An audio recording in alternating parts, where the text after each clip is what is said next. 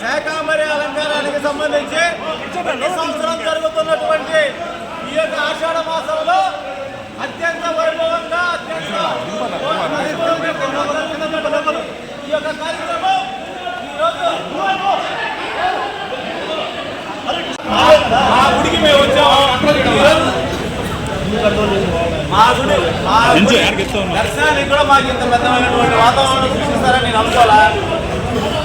వాసవికుల ఆధ్వర్యంలో ఏర్పాటు చేసింది ఆ కమిటీకి సంబంధించి దాదాపుగా 2700 కేజీల కూరగాయలతోటి 500 కేజీల పళ్ళతోటి 200 కేజీల పుచ్చకాయలతోటి దాదాపు 500 కేజీల కరివేపాకు ఇవన్నీ కూడా మేము ప్రతి సంవత్సరం కూడా శాకాంబరి అలంకారం రోజు జరుగుతున్నటువంటి కార్యక్రమం.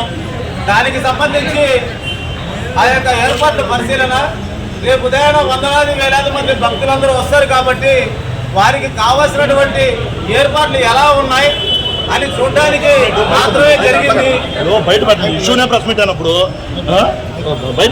ఏర్పాటు చేసుకోవడం జరిగింది. ఇక్కడ చదువులకి స్తంభాలకి మరి ఇంకోదానికి మేము రాలేదు. మీ చదువులకి రాలా. మా అమ్మవారి దీవెన అందరికీ ఉండాలి, అందరూ బాగుండాలి అని ఆలోచనతోనే వచ్చాం. ఏదైతే ఈ నెల 18వ తారీఖు ఆగస్టు 18 జరిగే ఈ యొక్క జనరల్ బాడీ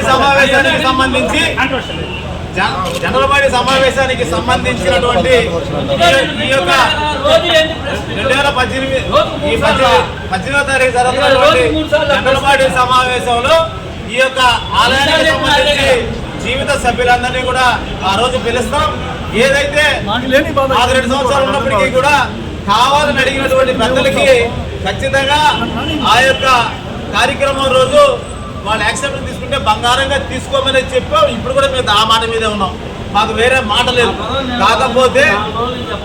కాకపోతే మేము జరుగుతున్నటువంటి ఆలయ ఏర్పాట్లని దానికోసంగా పర్యవేక్షణ కోసంగా ఎలా జరుగుతున్నాయనే ఆలోచన చూడడానికి మాత్రం వచ్చాను తప్ప ఇక్కడ కాంట్రవర్సీ చేయాలి, దీన్ని మేము ఇంకో రకంగా తిప్పాలి అనుకున్నప్పుడు ఒక్కరు కూడా లోపలికి అడుగు పెట్టలేనటువంటి పరిస్థితి. అయినా మా గుద్దు మాకు కావాల్సింది ఆ తల్లి దీవెన అందరికీ ఉండాలి. వచ్చిన భక్తులు రేపు వస్తున్నటువంటి భక్తులందరూ కూడా ఆనందంగా వచ్చి అమ్మవారిని శాకాంబరి అలంకారంలో వీక్షించి తీర్థ ప్రసాదాలు తీసుకొని వెళ్ళవలసిందిగా ఈ సందర్భంగా కూడా నేను మా కమిటీ తరఫున అందరినీ కూడా స్వాగతం తెలియజేస్తా ఉన్నాను.